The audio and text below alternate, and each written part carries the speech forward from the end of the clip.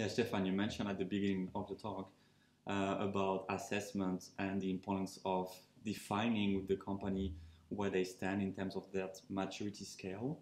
Um, it's it's a lot of work and detailed work, and it has a lot of importance for the companies, right? Can you tell us a bit more, like how you actually do these assessments and what are the main takeaways that you have from that? Yeah, I agree, Matt. I think an assessment in general helps every organization to understand where they are Yeah. today. And that if you consider all experience improvements to be a journey, then understanding where you are today is as important as defining where you want to go. So we do assessments in the area of customer experience, employee experience, or customer support, because these are very big areas Absolutely. of improvement with Hmm. the companies we all work with. So let's look at the customer experience assessment as an example. An organization who wants to improve their customer centricity can do a million things. And if you do them haphazardly in a non-connected way, you're wasting enormous effort and create a lot of inefficiencies. So our customer experience assessment looks at 10 different competence areas, from strategy to listening to governance to executing improvements identified from the voice of the customer program. We go into an organization, we speak to folks in senior leadership, we speak to the operational management, we speak to frontline employees, we collect evidence about Hmm. these practices and capabilities across the whole organization. We let the organization self-score, but we also score from our side based on the best practice and benchmarks we see in the industry. And after several days of investigation on site across all sites, all locations, or a representative sample of sites and locations, we then are able to score the whole customer experience maturity of an organization compared to best practices, benchmarks, and whatever other comparable metrics we see in the industry, and go back. We Yeah. go back to leadership and tell them, here's what we found. Here are the categories you scored very highly. Here are areas where you're leaving room for improvement on the table. Go and focus on these areas. And we normally see that based on these leadership and functional reports out that we do for different targets group in an organization, very precise and very efficient improvement programs can Hmm. be immediately created, executed, from low-hanging fruit to the big ticket items in an organization. The management is then able of determining the next steps. Yeah, absolutely. And when I've done this work with some of the companies, we've realized that the company will have different perceptions, and every team will have, because everyone is a little bit in a silo mode, every team will actually see that they do not speak exactly the same language. You will see some disparities in the vocabulary, in the expressions, definitions of terms, and the understanding they have of customer experience. So I've found very important to have to spend the right time on this assessment. The company is learning about itself, and the people within that company are really aligning in those parts. So it happens sometimes that you will work on a project and have certain ambition, and then have to take a step back to really take it easy, slow down, and start really reassessing all of the purpose also of what you're doing this, and then the scoring, as you mentioned. I like what you said there, because it couldn't be more true when you said there's different vocabulary, different perception in an organization before you replace all of this Mm. with data and with a neutral view. It's very difficult to align the organization behind a common objective. If the sales organization believes their biggest problem is the lack of new product, if the whole back-end organization like finance and HR believes the biggest problem of the organization is an outdated ERP or CRM version. If the CX department believes the biggest problem is a new survey methodology, and if the CFO believes the biggest problem is the stock price, Yeah. then it's difficult to transform the company into more customer centricity. I've found with global clients that after an assessment, after reporting a data foundation showing the good, the bad, and the ugly, everyone gives a big sigh of relief, relaxes a little bit, and feels that moment where gut feeling is replaced with data. Yeah. And all of a sudden we're on a common platform. Absolutely. Yeah. And I like this epiphany moment of having the full view of the customer journey. This is our customer. This is what he's experiencing. Those are the needs he has. And this is where we are delivering and where we're not. And having this full view where everyone has a role to play. Marketing can see what they can do, and logistics can see the same, and all of those different functions is really like this moment, everyone in the same room realizing, wow, that's actually our company today. And then you can actually create and say, that's going to be our company tomorrow. Here's the plan to get there. And before that wow moment, you just have people going here and there. And when you reach that, you have everyone going together into the right direction. And this is where magic happens, right? Yeah, absolutely. I agree. It comes back to one of the typical stereotypes about customer experience, where people shrug it off a little bit and believe it's all about good intent and hugging a tree and always doing something crazy that will cost the company a lot of money, which is not true. Customer experience is not only an art and not first and foremost an art, it's a science. It's very data driven. Absolutely. It is very much following a path of maturity and delivers a very concrete, measurable return on investment. So I think everyone who believes customer experience is the moment of group hug and singing Kumbaya has then this epiphany of going, oh my God, there's tools, processes, data, insight, action, continuous improvement, a transformation across the whole organization. And I think that is what we as consultants can bring to the table. Bring this insight of proven best practices and excellence in approach, so that this fear of just wobbling through a transformation goes away and people trust the journey. Yeah, absolutely. And when you talk to a company, everyone wants to have results tomorrow morning because we have financial constraints, we have to close the quarter, we have certain resources and etc. And that realization that it will take longer and you have to really spend this time first analyzing where you stand today and deeply understand where you are before really defining where you want to go tomorrow is always a challenge with conflicting interests even within the company, right?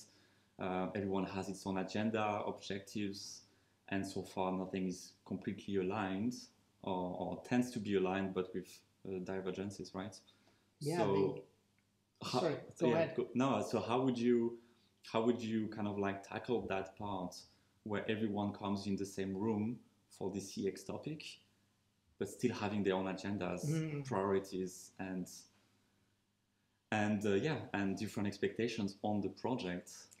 Good question. It is a situation I experience very often, either on stage, speaking about customer experience to a heterogeneous audience, where everyone has their own expectation. Then sometimes during our executive briefings, where every member of the leadership team comes in with their own functional background, very impatient, as you said, I want results tomorrow. Or when I speak to customer experience practitioners, for example, in a master class, and they are under that pressure. I need to deliver, and I need to deliver by tomorrow, but I don't know how. Now, how to resolve this? On stage, I noticed that when I show, for example, our maturity model for voice of the customer programs, which methodology do you start with in an isolated, not integrated manual way? When do you then to apply some customer journey mapping to start building automation? When do you then start to build governance to turn the data into insight and into action? And at which point will the company be able to transform based on customer feedback?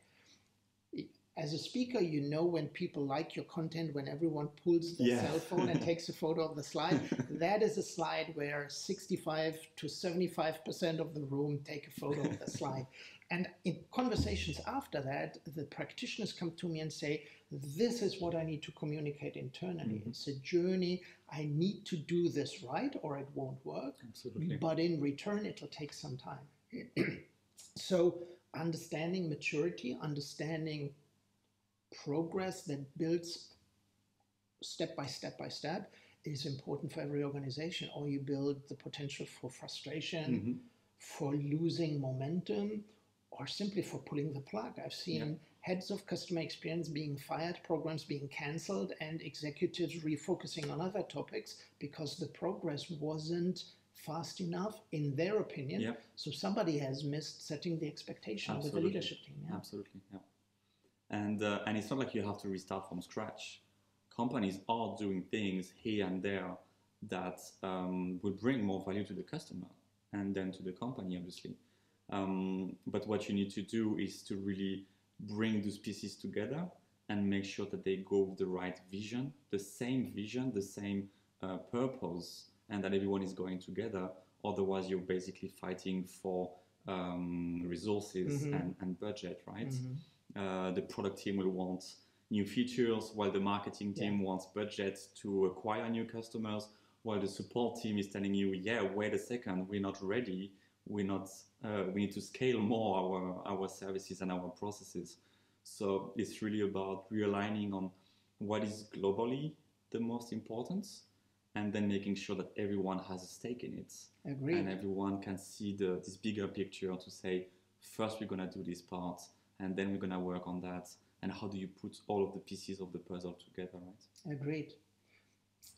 In thinking about that, let me ask you a question. When you work with the organizations you help become more customer-centric, do you see a difference between B2C and B2B companies, or maybe the public sector if you work there? I definitely see a difference between the B2B and the B2C. There is like the customer experience is the same, right? We do the same things, the concepts apply, but the strength and the power of caring for a business is much bigger than caring for a customer, because your customer, if you are like selling very like small products, you will have millions of customers and your attention to one is much lower. While obviously in the business side, you might have 10 customers only that make the essential part of your business. So the care is much more important. But if you look into it, so I would say initially you would look much deeper at your one customer if you're in the B2B parts, because you want to really like nurture the relationship and make sure they're happy. They're a big chunk of your revenue. But actually also the power of the word of mouth in the B2B industry and this economy is also very important. And by saying, I don't care about those customers so much because I just represent 20 euros or 100 euros or whatever, is the wrong approach.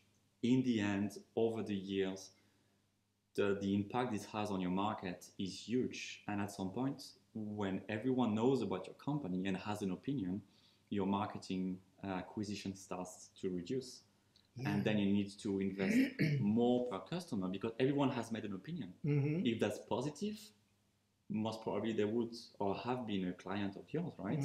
If that's negative, it's going to cost you so much more to bring that customer again, right? Well, if even though it's only a 20 euro order, if you try to focus and care for this customer as if he was a 100,000 euro customer of a B2B of the B2B part, then you would actually in the end create so much more value, right? Thanks to the word of mouth and the power of social media and all those parts, right? Yeah, you're right.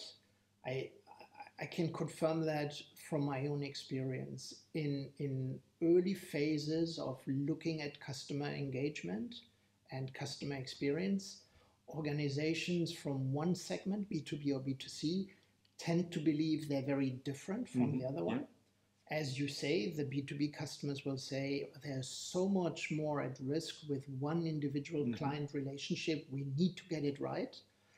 The B2C folks say, well, we have large segments of customer, so if we alienate one of them, a big chunk of our revenue will go away.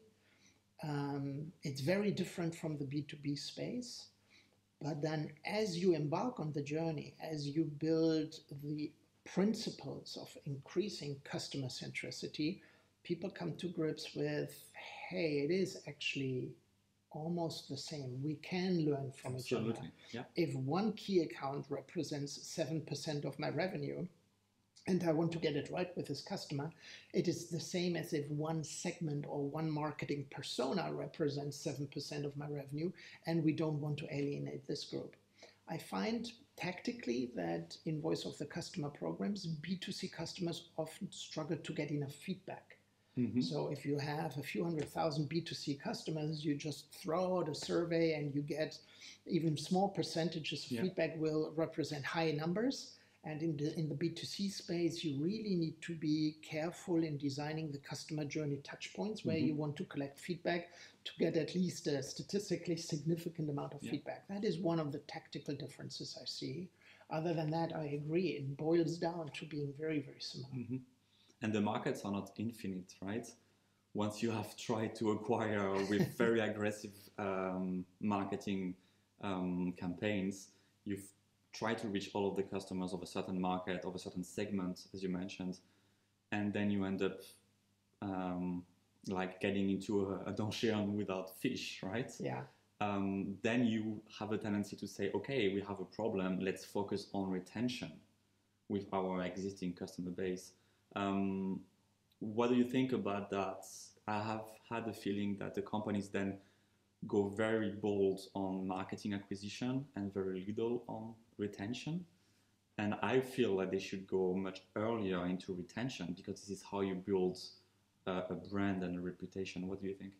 Yeah, that's a very interesting topic. We have done a major survey with secondary research and looking at internal data for one of our clients, proving the return on investment in different areas of the business, the return on investment for customer experience improvements.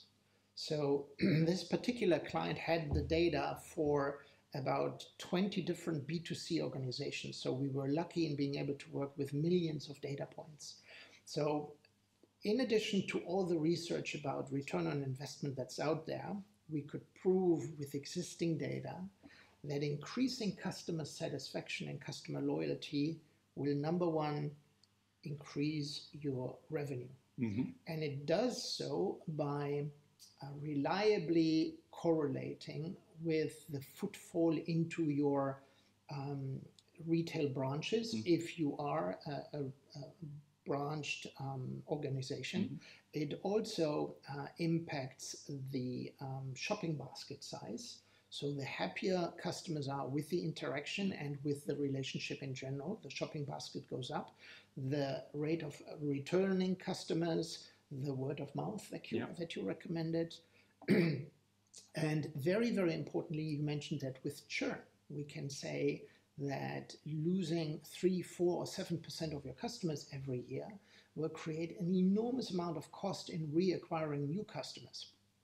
And investing in customer centricity activities, reducing churn usually is much cheaper, as you say, than acquiring new customers.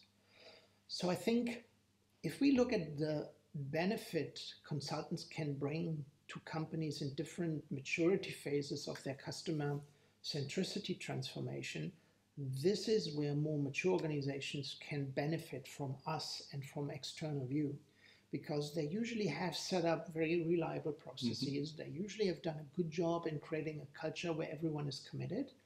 But I notice that there's very often no clarity about around the impact of the experience data to the operational data.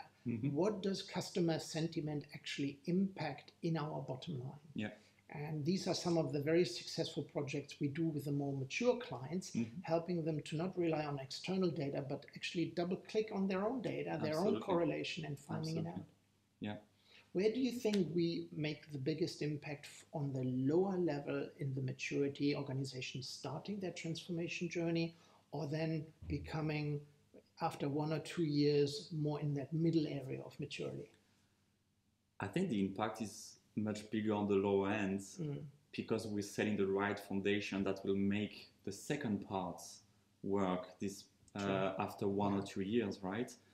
However, the impact on the company's results is visible usually on this middle ground where you have already been setting these foundations, and now you can have deep, meaningful work on solving the pain points. But if, as you said, you don't have the right data to support your program and your the pain points of your customers along the journey, then you will not be able to identify the right pain points and make sure you prioritize the right solutions. So that work on that part is a bit like the nitty-gritty of our business, right?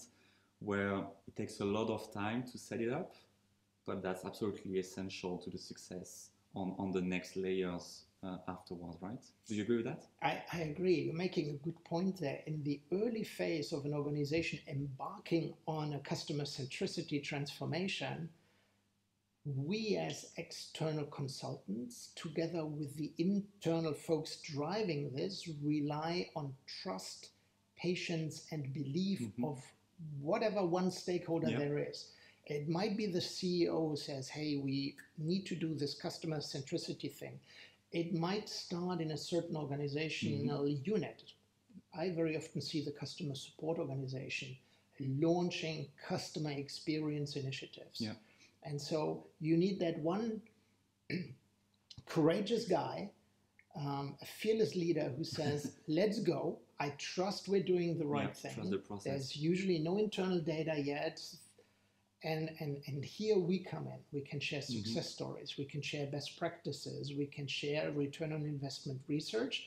But to a certain degree, that fearless leader has to trust that they're doing the right thing. Yeah. And only as maturity increases, they get evidence. They get the proof in the pudding that they're doing the right thing. From there on, it's easier. But to maintain that trust throughout the initial phase, I think, is an important task for everyone in a CX transformational phase. Absolutely. Yeah. And that really goes to the details, right? My role, and I'm sure that's the same for you, is not to just say you need to listen to your customers, set a survey, and just wait there, right? Because there's a lot of companies who tell me, yeah, we have a survey. They seem happy. We have 4.5 out of 5 or results like this, right? So we're good, right? And then when you dig deeper into the methodology, how they ask the question, how it is oriented, when, at what timing on the journey you ask the questions, this is where you actually figure out that some of the insights are not relevant or not useful, or you miss some of the pain point, right? To give you a very practical example, I was working with a company. They had set up, it's a digital e-commerce company. They had set up their journey, you order online, and 4 or 5 days after you get your product. And the survey, NPS survey, so how likely would you recommend this company to friends and colleagues, was 3 or 4 weeks after the order process. And every customer was more replying, yeah, that's fine. What do you do with this feedback? Because you're so far away from the journey, you're not asking at the time of the experience, that you have kind of like this back to the mean where everyone says, like, yeah, sure, I'm satisfied. So just by moving this survey right after the experience and actually cutting it out just after the order has been processed on the success page, thank you for placing your order. By the way, would you have some feedback? Then we got insights on, yeah, that was nice, but I couldn't pay with PayPal. I had to actually go to my credit card because blah, blah, blah. And that's insights. We have a problem with our payment system that you would not get 3 or 4 weeks because it takes so much cognitive effort for the customer to just like, yeah, what was like, it's not like I'm doing nothing in the day. Like, what was I experiencing like 4 weeks ago with this company? Come on, everyone is just putting a random number and just saying yes, right? Yeah, I think the time when and how you ask the question is an important one. That reminds me of one example from the public sector. In one of the countries I work, it's a quite totalitarian country with very harsh border control and severe consequences if you do anything wrong. You might be denied entry for hours, for days, for whatever. If you bring the right or wrong things into that country, you might get arrested, things might get confiscated. It's just a very intimidating experience. And as you walk up to the border officer, who gives you a very strict look and checks your passport, you have the smiley device. How satisfied are you with your border passing today, right in front of the officer, and you keep pressing the green button trying to influence your chances of getting into the country. So with that example, speaking about the public sector, where do you see the public sector compared to B2B and B2C in the whole citizen centricity and making things easier there? Is there something for them to learn from the commercial sector or vice versa? I would say they definitely have something to learn from the commercial side. There are challenges that they don't have. The commercial side has a lot of competition. And if you stop really caring about the customer's experience, and if you decide to go one path, you might end up having a competitor that takes over. And if you stop innovating, for example, right? Or like on the contrary, the public sector doesn't have those challenges and has more like this also very hierarchical approach to dealing with change. And it's very procedural, and it has an impact on a complete population, so on millions of customers. So it takes more time to get to the change and to get to the right change. It takes more time to take decisions, it takes more time to innovate, and the need to innovate is less present. It's more, tell me if you agree with that, it's more to me a reaction to a problem instead of just being proactive and trying to improve and always be on top of your game, which is the case for B2C companies. I always have to be on top of my game, otherwise I could be overtaken by another company. Yeah, I think a lot of that applies to the public sector, you're right. What I can also see, coming back to your comment about competition, is that more and more countries understand that through globalization, they are in competition with other countries. Competition for businesses to settle, competition for wealthy citizens to settle and pay taxes there, competition for tourists to come and spend their tourist money. Within a country, municipalities, states, and other public institutions understand that they are in competition with comparable entities within a country. Yeah, that's true. And even public sector service providers like pension insurances, unemployment insurances, or other entities now get more and more guidance from the head of the government that citizen experience should be good. So it's both a feeling of competition as well as the guidance to do the right things, which I particularly see in many countries in the Gulf region, where you have a very central structure into one head of the country in a monarchy or similar setting, and this head of the country hands out guidance into his public administration. We want to be more citizen-centric, and that leads to some really impressive programs in that region, where I think Western Europe has a lot to learn. Absolutely. I attended a public sector congress in Berlin last year, and we ran workshops on how to apply customer journey mapping to the citizen experience, for example, when registering your car, applying for certain benefits, moving and getting a new registration.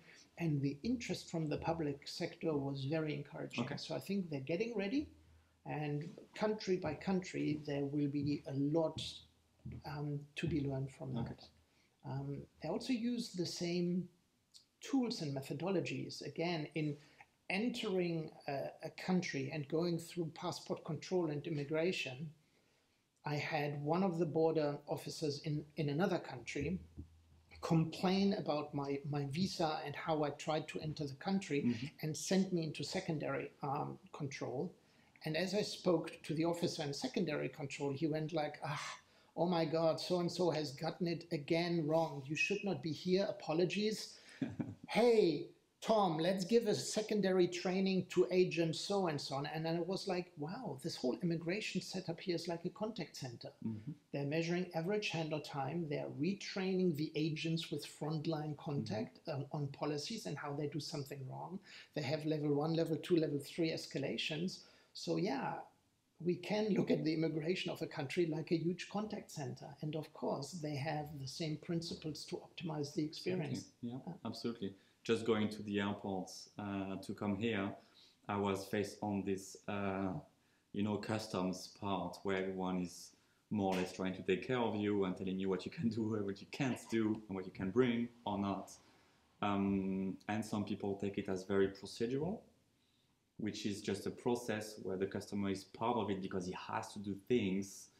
And some take it in a very relational way, where I had actually someone coming to say, hey, I'm going to take care of you. Do you need any help with your bag? Do you know exactly how is the process? And I was like, yeah, no, I travel quite a lot. Thank you. And then I go through the screen and someone is like, so was it okay? Everything went well? And then I take all my things back. But you had a feeling of, it's just an airport. You go through this process. Millions of people actually go through it. And I ended up having a really nice experience where I connected with a few people, right? And that's also one part we tend to forget. We are so process-oriented. This is how it should be, that we kind of like forget there's a person on the other side. And the experience, it did not cost anyone €1 more to kind of like greet me and just making sure I was okay and that I knew the process and I was comfortable and not stressed about all of this, right? It doesn't take any more effort, but it makes a huge difference in my experience, right? And it does make sense too, right? Because nowadays we have choices. If you want to travel to a specific destination, you can go through one or another connecting airport.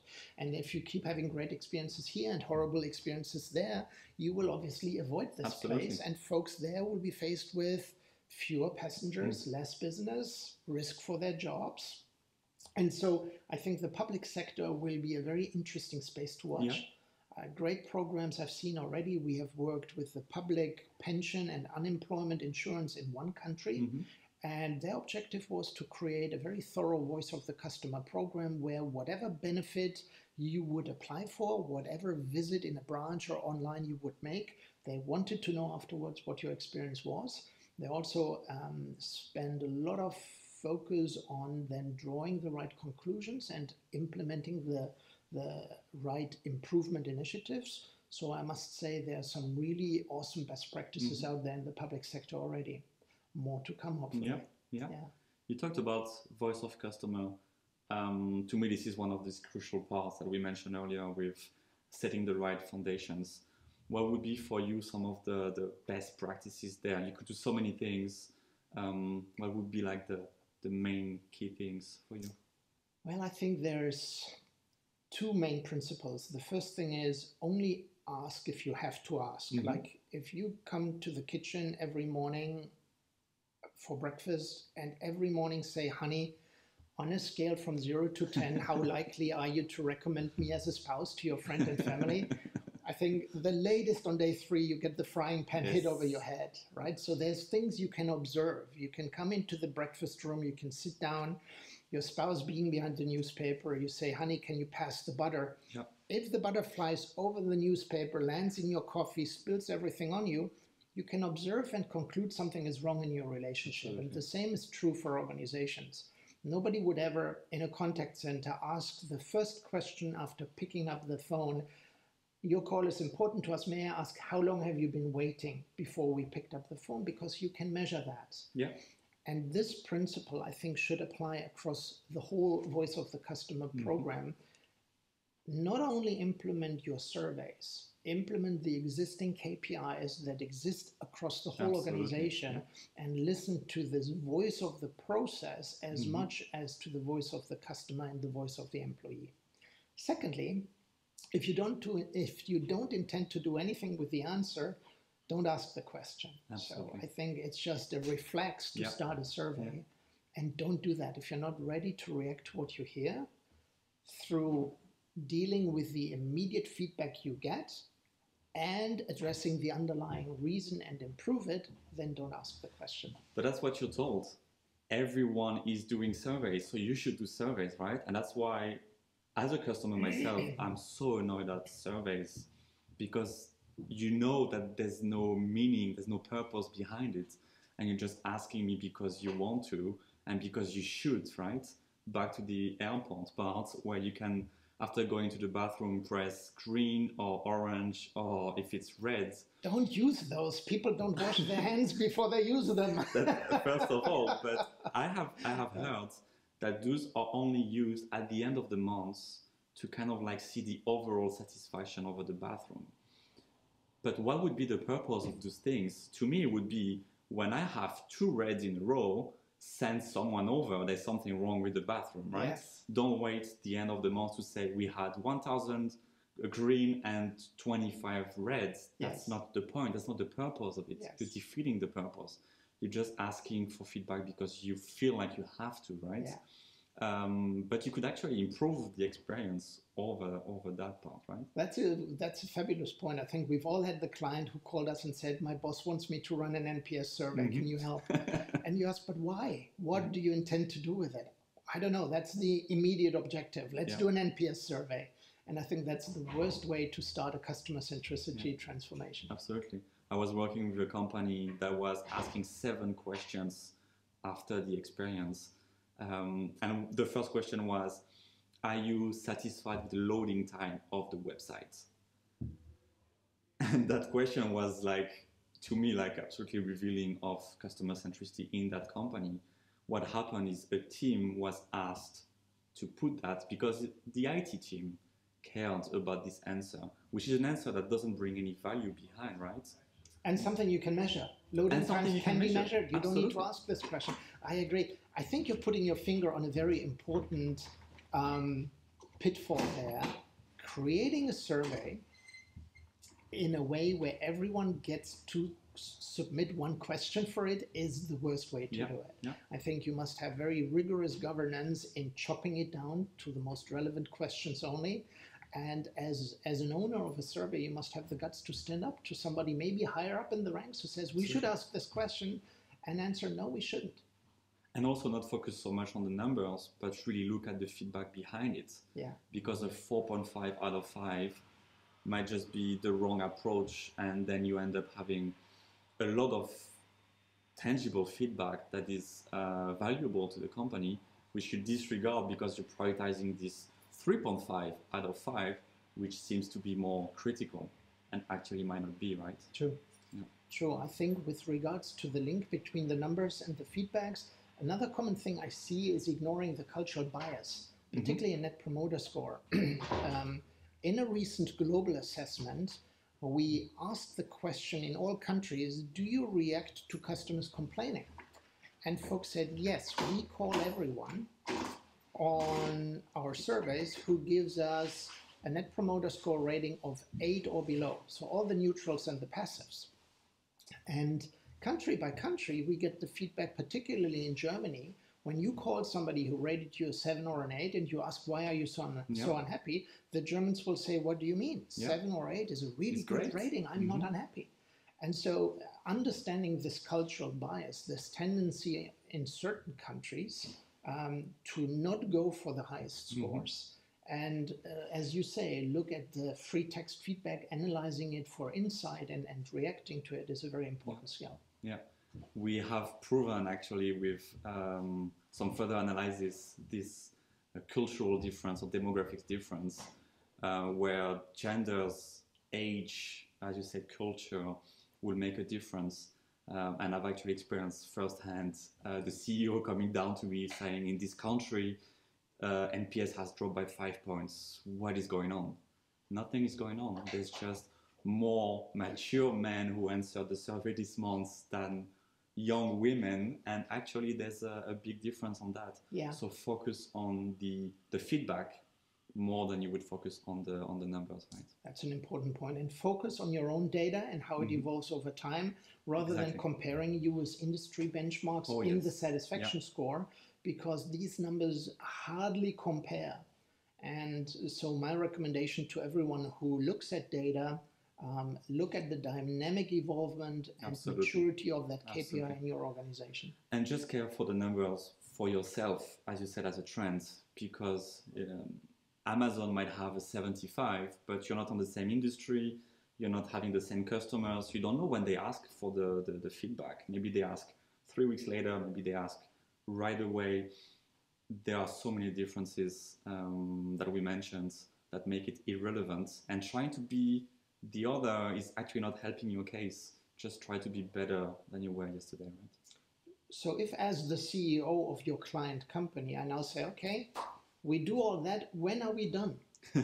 You're never done. That's the problem. So the customer's expectations will always rise faster and change faster that you would be able to react. You cannot foresee all of the future customers' trends. You will have to have the right tools to survey that and to monitor that. So when you see some changes in your results, in your customer feedback, then you can say and pinpoint, oh, it seems like now delivery speed is becoming more important because this company has done X, Y, Z. So now we might need to focus a bit more on that part, which was not existing before. And that's where you go with continuous improvements and really want the companies to be self-sustainable. Because if you just come, I always say that if we just come for a year or two to help a company, what happens after? They have to be autonomous because they keep on going, right? It's an infinite game. Huh? Agreed. But I guess as such, we would tell the CEO, hey, don't be frustrated.